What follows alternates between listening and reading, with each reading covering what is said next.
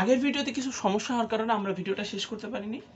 তো সেখানে আমরা যেটা বলছিলাম সেটা হলো এপসাইলন ডেল্টা ডেফিনিশনের মূল কাজ হলো লিমিটের বিভিন্ন সূত্র যে আমরা যে ইন্টারে পড়ে এসেছি সেই সূত্রগুলো প্রমাণ করা। কিন্তু যেহেতু এই সূত্রগুলো প্রমাণ করা এই এপসাইলন ডেল্টা ডেফিনিশনের সাহায্যে এই সূত্রগুলো প্রমাণ করা একটু কঠিন, তাই আমরা এখানে এই কাজটা করব না। আমরা বরং প্রথমে বিভিন্ন সূত্রের সাহায্যে বিভিন্ন ফাংশনের লিমিট বের করব, এরপরে সেই লিমিটগুলোকে এই যে আমরা যে সূত্রের সাহায্যে যে লিমিটটা বের করলাম সেই লিমিটটাকে এপসাইলন ডেল্টা ডেফিনিশনের সাহায্যে জাস্টিফাই করব। ঠিক আছে, এই যে এখানে আমরা একটা লিমিট দেখি, x tends to 2 limit x tends to 2 3x - 5 = 1। এই লিমিটটা আমরা সবাই জানি যে আমাদেরকে দিলে এই লিমিটটা খুব সহজেই করা যাবে। কিন্তু এখানে আমরা যে কাজটা করব সেটা হলো এই যে use definition 1.4.1 to prove that limit x tends to 2 3x - 5 = 1। অর্থাৎ এই যে আমরা যে এপসাইলন ডেল্টা লিমিটের যে ডেফিনিশন পড়ে এসেছি সেই ডেফিনিশনের সাহায্যে এই ফাংশনটার লিমিট যে 1 সেই জিনিসটা আমরা প্রমাণ করব। তো এখানে যেটা বলছে সেটা হলো we must show that given any positive number epsilon we can find a positive number delta such that 3x - 5 এই যে f of x minus l এর অ্যাবসোলুট ভ্যালু এপসাইলনের চেয়ে ছোট if 0x - 2 এর অ্যাবসোলুট ভ্যালু 0 এর চেয়ে বড় এবং ডেল্টার চেয়ে ছোট। এখানে a = 2, এই যে এখান থেকে বোঝা যাচ্ছে। তো এখানে যে কথাটা বলছে সেটা হলো যে আমরা এপসাইলনকে একটা পজিটিভ নাম্বার ধরে নিব। এপসাইলনকে একটা পজিটিভ নাম্বার ধরে নিয়ে আমাদেরকে এমন একটা পজিটিভ নাম্বার ডেল্টা বের করতে হবে যেই ক্ষেত্রে এই যে এপসাইলন এবং ডেল্টা এই শর্তটা পূরণ করবে। তো আমরা যে এই জিনিসটা এই ডেল্টা যে বের করব বা আমাদেরকে যে করতে হবে সেজন্য আমাদেরকে দুইটা কাজ করতে হবে। There are two things to do. First, প্রথমত we must discover a value of delta for which this statement holds. তো প্রথমত আমরা যে কাজটা করব সেটা হলো এই যে স্টেটমেন্টটা আছে এই স্টেটমেন্টকে সত্য ধরে নিয়ে আমরা ডেল্টার একটা পজিটিভ ভ্যালু বের করব। এরপরে দ্বিতীয়ত আমরা যে কাজটা করব সেটা হলো then we must prove that the statement holds for that delta. দ্বিতীয়ত আমরা যে কাজটা করব সেটা হলো ডেল্টার যে পজিটিভ ভ্যালুটা আমরা বের করেছি সেই পজিটিভ ভ্যালুর জন্য এই স্টেটমেন্টটা সত্য। দুইটা যে জিনিস আমরা বলেছি সেই দুইটা জিনিস শুনতে প্রায় একই রকম মনে হলো, এই দুইটার মধ্যে একটু সূক্ষ্ম একটা পার্থক্য আছে। প্রথমত আমরা স্টেটমেন্টকে সত্য ধরে নিব, সত্য ধরে নিয়ে ডেল্টার একটা পজিটিভ ভ্যালু বের করব। এরপরে ডেল্টার যে পজিটিভ ভ্যালুটা আমরা বের করেছি সেটার জন্য যে স্টেটমেন্টটা সত্য সেটা আমরা প্রমাণ করব। যাই হোক, এটা কেন আমাদেরকে এই দুটো জিনিস করতে হবে সেটা আমি যদিও পুরোপুরি ভালোভাবে বুঝিনি, কিন্তু এই দুটার মধ্যে একটা সূক্ষ্ম পার্থক্য আছে, আমি শুধুমাত্র সেই জিনিসটাই এখানে বোঝাতে চেয়েছি। ফর দ্য ডিসকভারি পার্ট, তো প্রথম জিনিসটা প্রমাণ করার জন্য we begin by simplifying 2 and writing it as, তো এই যে 2 নাম্বারটাকে আমরা সিম্পলিফাই করব 3x - 5 - 1 কে এখানে 3x - 6 লিখেছে যেটা এপসাইলন হচ্ছে ছোটো ইফ 0x - 2 ডেল্টা। যাই হোক, next will rewrite this statement in a form that will facilitate the Discovery of an appropriate delta. এরপরে আমরা এই যে স্টেটমেন্টটা আমরা লিখেছি সেটাকে আমরা এমনভাবে লিখব যাতে করে ডেল্টার একটা পজিটিভ ভ্যালু বের করা যায়। তো এই 3x - 6 কে এখানে 3 × x - 2 যেটা এপসাইলনের চেয়ে ছোটো ইফ 0x - 2 ডেল্টা। এরপরে এই যে এটাকে x - 2 অ্যাবসোলুট ভ্যালু, সুতরাং এই যে এটাকে এই x - 2 অ্যাবসোলুট ভ্যালু এপসাইলন/3 এর চেয়ে ছোটো।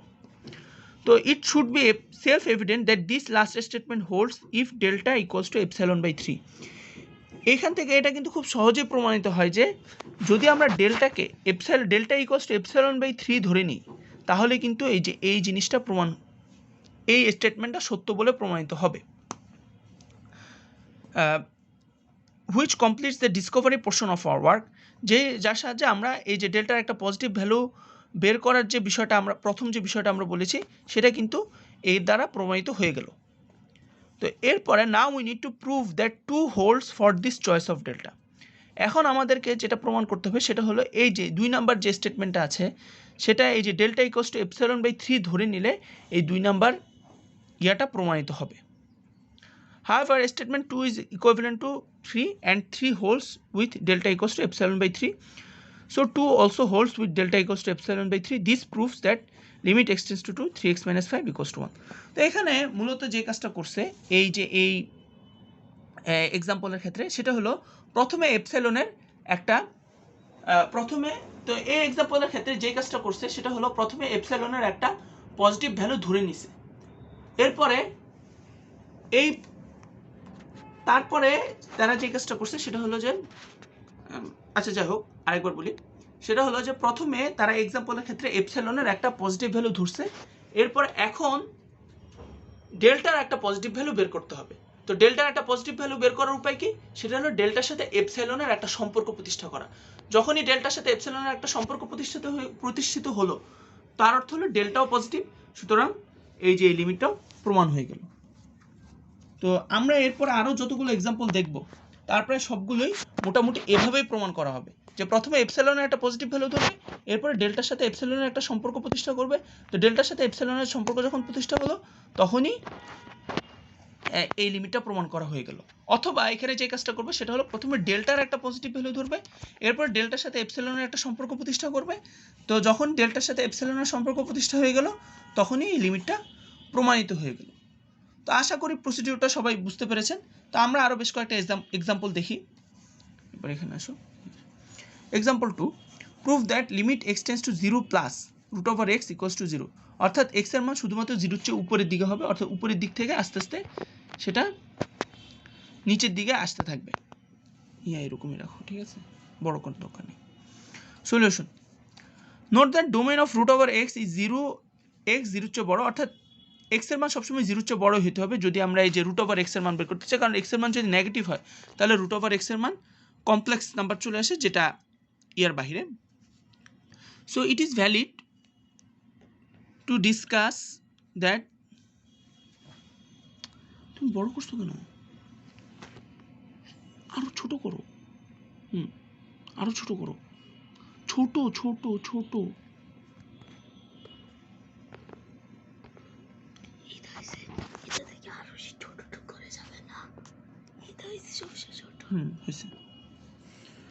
তো note that domain of root over x is 0, x 0-র চেয়ে বড়।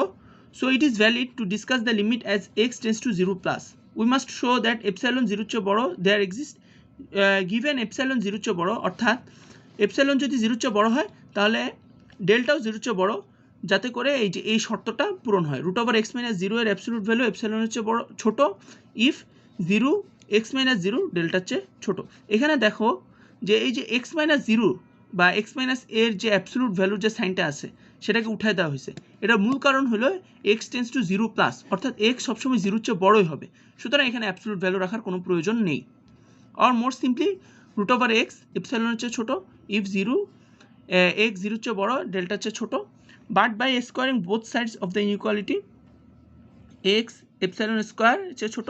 আশা করি এটা সবাই বুঝবা। It should be self evident, আগেরটার মতো। এরপরে delta equals to epsilon square, যেহেতু এপসাইলন একটা পজিটিভ সুতরাং ডেল্টাও একটা পজিটিভ, সুতরাং এই যে আমাদের এই যে ইয়াটা প্রুফ হয়ে গেল। এরপরে এদিকে আসো, আমরা এখন এর পরের ইয়াটা আলোচনা করব। হ্যাঁ, সেটা হলো the value of delta is not unique, অর্থাৎ ডেল্টার ভ্যালু মানে যে একটাই বের হবে, অর্থাৎ ডেল্টা এবং এপসাইলনের মধ্যে যে শুধুমাত্র এক ধরনের সম্পর্কে থাকবে বিষয়টা এরকম না, ডেল্টার অনেকগুলো ভ্যালু আসতে পারে। তবে এখানে মূল যে বিষয়টা আমাদেরকে প্রমাণ করতে হবে সেটা হলো যে এপসাইলন যদি পজিটিভ হয় তাহলে ডেল্টাও পজিটিভ হবে, অথবা ডেল্টা যদি পজিটিভ হয় তাহলে কি এপসাইলনও পজিটিভ হবে। In preparation for our next example, আমাদের নেক্সট এক্সাম্পলটা বোঝার জন্য we note that value of delta in definition 1.4.1 is not unique. Once we have found a value of delta that fulfills the requirement of the definition, then any smaller positive value of positive number delta 1 will also fulfill those requirements. তো এখানে যে জিনিসটা বলছে সেটা হলো যে আমরা যখনই ডেল্টার একটা পজিটিভ ভ্যালু পেয়ে যাব, যে পজিটিভ ভ্যালুটা ওই যে ডেফিনিশনের যে শর্তগুলো আছে সেই শর্তগুলো পূরণ করে, তাহলে ডেল্টার ভ্যালু এর চেয়ে যত ছোটই হোক সেটার জন্য কি এই থিওরেমটা প্রমাণিত হবে। তো আমরা এই জিনিসটা পরের এক্সাম্পল থেকে সরাসরি বোঝার চেষ্টা করি। Proof that, example 3, proof that limit x tends to 3 x square equals to 9. Solution. We must show that given any positive number epsilon we can find a positive number delta such that এটা যাই হোক, because x minus 3 absolute value occurs on the right side of this if statement. এই যে এই right সাইডে x minus 3 আছে, it will be helpful to factor the left side to introduce a factor of x minus 3. তো এখানে যেটা বলতেছে যে আমরা এটাকে প্রমাণ করার জন্য এই x স্কোয়ার মাইনাস 9কেও আমরা ফ্যাক্টরাইজ করে এই যে লেফট সাইডেও আমরা x মাইনাস 3 যে ইয়াটা আছে সেই জিনিসটা আনবো। আচ্ছা, this yields the following alternative form of 7. এই যে 7 নং স্টেটমেন্টকে আমরা এই যে এভাবেও লিখতে পারি, x plus 3 absolute value into x minus 3 epsilon if 0 x minus 3 delta। যাই হোক, তো এখন এখানে যে কাজটা করবে সেটা হলো we wish to bound the factor x plus 3. তো আমরা x plus 3 যে ফ্যাক্টরটা আছে সেটাকে আমরা একটা নির্দিষ্ট নাম্বারের অধীনে আনতে চাইতেছি। If we knew for example that delta 1-এর চেয়ে ছোটো বা সমান, আমরা যদি এটা ধরে নিই যে ডেল্টা 1-এর চেয়ে ছোটো বা সমান, then we would have -1 x minus 3 1।